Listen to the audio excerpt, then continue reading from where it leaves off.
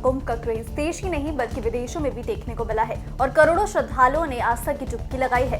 पर अब भीड़ का सिलसिला लगातार बढ़ता हुआ दिखाई दे रहा है, जिसे देखते हुए सपा अध्यक्ष अखिलेश यादव ने व्यवस्थाओं पर कई तरह के सवाल खड़े किए हैं। रहने से लेकर महाकुंभ जाने आने तक पर कई तरह के सवाल करके बीजेपी सरकार पर तंज कसा है। अखिलेश यादव ने सोशल मीडिया एक्स पर पोस्ट करते हुए लिखा कि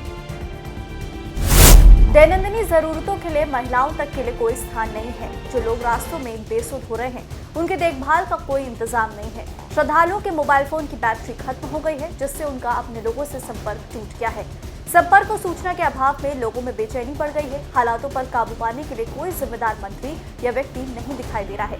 मुख्यमंत्री तो पूरी तरह से नाकाम साबित हो चुके हैं। साथ ही प्रयागराज से संबंधित उप मुख्यमंत्री और कई जाने माने मंत्रीगण नदारद है।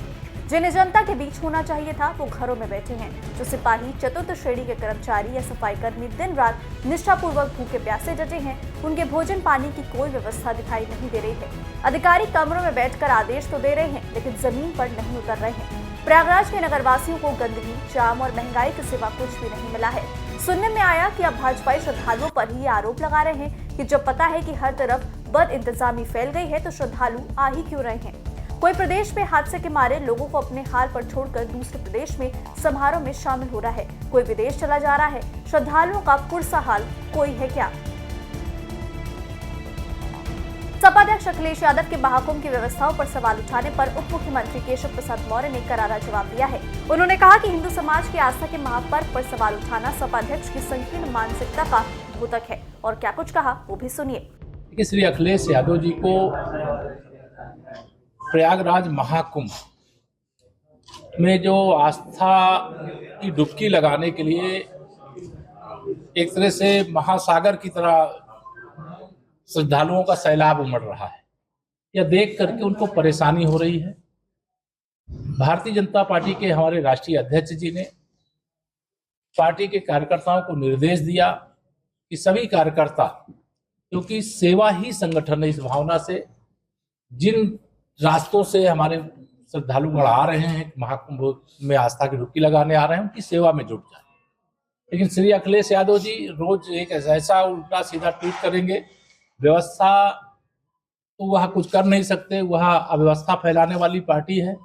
लेकिन इस प्रकार के बयानों को ऐसे समय में राज्य का जो पूर्व मुख्यमंत्री रहा उसके द्वारा दिया जाना अनुचित है। मैं इसकी कोई बात है वो बतावें, सुझाव दें, लेकिन वह मीडिया के माध्यम से, सोशल मीडिया के माध्यम से जो दुष्प्रचार करने का प्रयास कर रहे हैं वो गलत है। कुंभ में तो हर व्यक्ति आएगा, वहां तो किसी के साथ कोई भेदभाव नहीं है।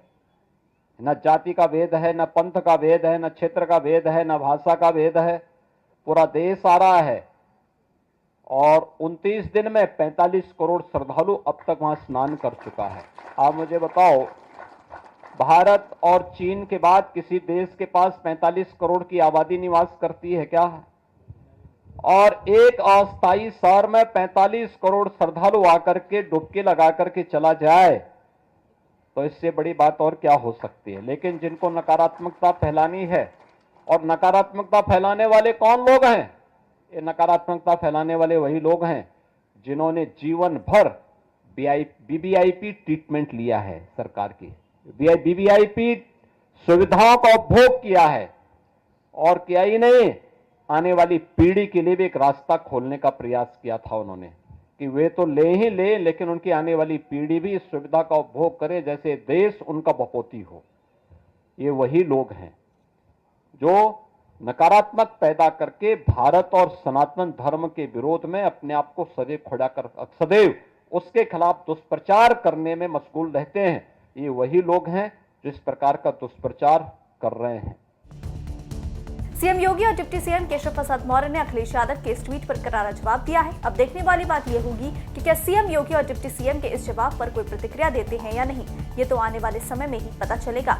Desk report, GMT news.